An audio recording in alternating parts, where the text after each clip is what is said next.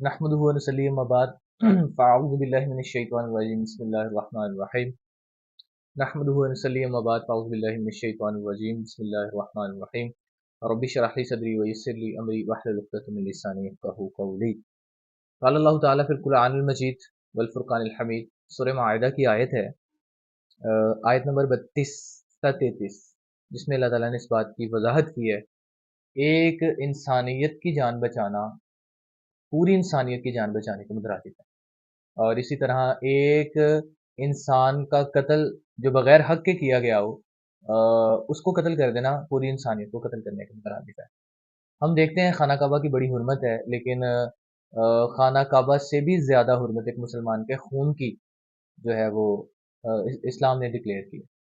پھر ہم دیکھتے ہیں کہ نبی کریم صلی اللہ علیہ وسلم نے فرمایا کہ ایک مسلمان کی دوسرے مسلمان پر وَدَمُهُ وَعِرْضُهُ وَمَالُهُ، اس کا مال، اس کی عزت اور اس کا خون یہ حرام کر دیا گیا ہے۔ یہ اللہ تعالیٰ نے حرام کر دیا کہ دوسرے مسلمان ایک مسلمان دوسرے کا مال اور اس کی جان اور اس کی عزت اس پہ ڈاکہ نہیں ڈال سکتا، ٹھیک ہے؟ تو ایک انسان کی جان کی کتنی اہمیت ہے، یہ ضروری نہیں کہ وہ مسلمان ہی ہو، غیر مسلموں کو بھی حقوق جو مرتب کیا آپ صلی اللہ علیہ وسلم نے۔ سپہ سالاروں کو لشکر جب روانہ کیے تو آپ صلی اللہ علیہ وسلم نے ان سے جو تنبیہ کی، آپ صلی اللہ علیہ وسلم نے ان کو ہدایات دی، ان میں یہی تھی کہ بزرگوں پہ تلوار نہ اٹھانا، بچوں پہ تلوار نہ اٹھانا، عورتوں پہ تلوار نہ اٹھانا، ان کے گھروں کا نہ جلانا۔ یہ ساری چیزیں پہلے جنگوں میں، اس وقت کے دور کے جنگوں میں یا مارکوں میں یا فسادات میں یہ سارا کچھ ہوتا تھا۔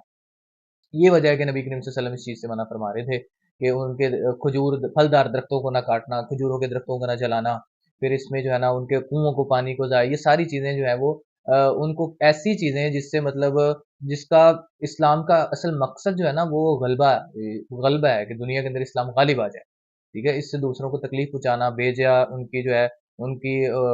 اذیت کا باعث بنے، یہ چیزیں اسلام میں نہیں ہیں۔ آپ صلی اللہ علیہ وسلم نے معاذ بن جبل کو یمن کا جو ہے وہ گورنر مقرر کیا، پھر کچھ دستے بھی بھیجے جس میں آپ سے فرما رہے تھے یسرو آسانی کرنا والا، تعسرو تنگی نہ کرنا، ٹھیک ہے؟ لوگوں میں محبت پھیلانا، والا تنفرو تنفرو جو نفرت لوگوں میں نہ پھیلانا۔ پھر آپ صلی اللہ علیہ وسلم جب کبھی کسی دستے کو بھیجا کرتے تھے تو آپ صلی اللہ علیہ وسلم اس میں کچھ تنبیہات بتاتے، کچھ چیزیں بتا دیتے جو بہت اہم ہوتی۔ آپ صلی اللہ علیہ وسلم فرماتے کہ جب تم کسی بھی قوم سے لڑنے کے لیے جاؤ تو سب سے پہلے وہاں دیکھنا کیا وہ لوگ مسلمان ہے کہ نہیں، تو وہ چیز دیکھنا کہ کیا ان کے محلوں سے، ان کی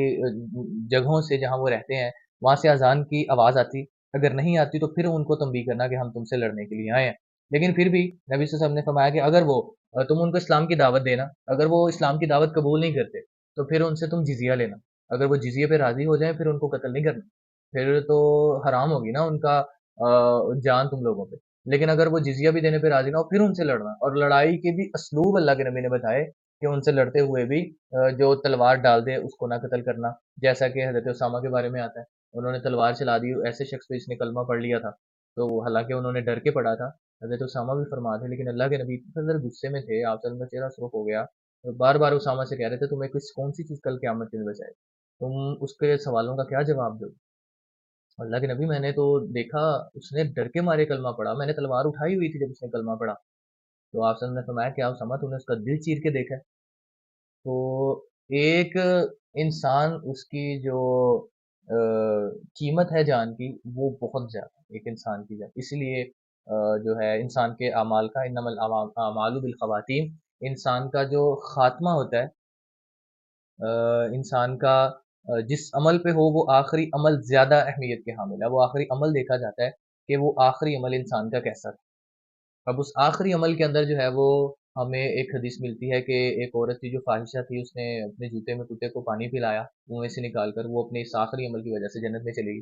ٹھیک ہے؟ پھر اسی طرح ہم دیکھتے ہیں کہ ایک ایسا شخص تھا جس نے بلی کو باندھے رکھا بھوکی پیاسی، اس کا یہ عمل آخری تھا تو اس کی وجہ سے وہ جہنم میں چلا گیا۔ تو ایک جان بچانا انسان کو جنت میں لے کے جا رہا ہے، اور ایک جان جو ہے وہ ضائع کر دینا انسان کو جہنم میں لے کے جا رہا ہے۔ تو ایک جان یہاں پر تو ہم انسانوں کی جان بنتے، اس حدیث کے اندر تو جانوروں کی بات ہو رہی، جانور کی جان بھی اہمیت کے حامل ہے۔ تو ایک مسلمان کی، ٹھیک ہے، یا جو ذمی کافر ہے یا ایسا کافر ہے جو حالت جنگ میں نہیں، امن و امان میں ہے، سارے جتنے بھی انسان ہیں، ہیومینٹی، انسان کے جان کی بہت قیمت ہے، اور اس کو یوں ہی بے مقصد جو ہے وہ کسی کو قتل نہیں۔ آپ سے میں فرمایا کل حقوق العباد میں، کل قیامت کے دن سب سے پہلا سوال جو ہے وہ قتل کے بارے میں ہونے والا ہے کہ اگر کسی نے کسی کو بغیر مقصد کے قتل کیا، اور آپ سے سب نے فرمایا کہ اگر کسی نے کسی کو بغیر وجہ کے قتل کیا اس نے کفر کیا، وہ کافر ہے، جو ایک مسلمان کو ایک مسلمان دوسرے کا بغیر کسی وجہ کے قتل کر دیتا ہے۔ تو یہاں پر ہم بے شمار لوگوں کو دیکھیں گے، ایسے لوگ ہیں جن کا تعلق ہی جو ہے وہ ایسے ماحول سے ہے، یا ایسے وہ خاندانوں کے لوگ ہیں جو ایک بدماش قسم کے لوگوں میں بڑے ہوئے ہیں، پلے ہیں، اور وہ ایک دوسرے کا قتل مسلمانوں کا آپس میں کر رہے ہوتے ہیں، ٹھیک ہے۔ اور کتنے ہی آپ دیکھیں جیلیں پڑی ہیں، عدالتیں بھری پڑی ہیں، جیلیں بھری پڑی ہیں، ایک دوسرے کے لوگ قاتل ہیں، انہوں نے قتل کر دیا۔ یہاں پہ تو بھائی بھائی کو زمین کے بدلے میں مار دیتا ہے۔ تو بہرحال قتل جو ہے نا وہ اتنا سنگین گناہ ہے، ایک تو اس نے کفر کیا، دوسرا اس کی سزا جہنم ہے۔ اللہ تعالیٰ فرماتے ہیں اگر کسی نے جان بوجھ کے کسی کو قتل کیا وہ جہنم میں رہے گا، اور ایک جگہ تو اس کے غالباً الفاظ ہم خالدون فیہا کے بھی آتے ہیں۔ تو اللہ تعالیٰ سے جو ہے وہ توبہ کرنی چاہیے ایسے شخص کو اگر کوئی کسی کا قاتل ہے۔ تو انشاءاللہ ہم ملیں گے نیکسٹ ویڈیو میں آپ کو اچھے سے نئے موضوع کے ساتھ، تب تک کے لیے اپنے ارد گرد کے ساتھیوں کا خاص خیال رکھیں۔ السلام علیکم ورحمۃ اللہ، اللہ حافظ۔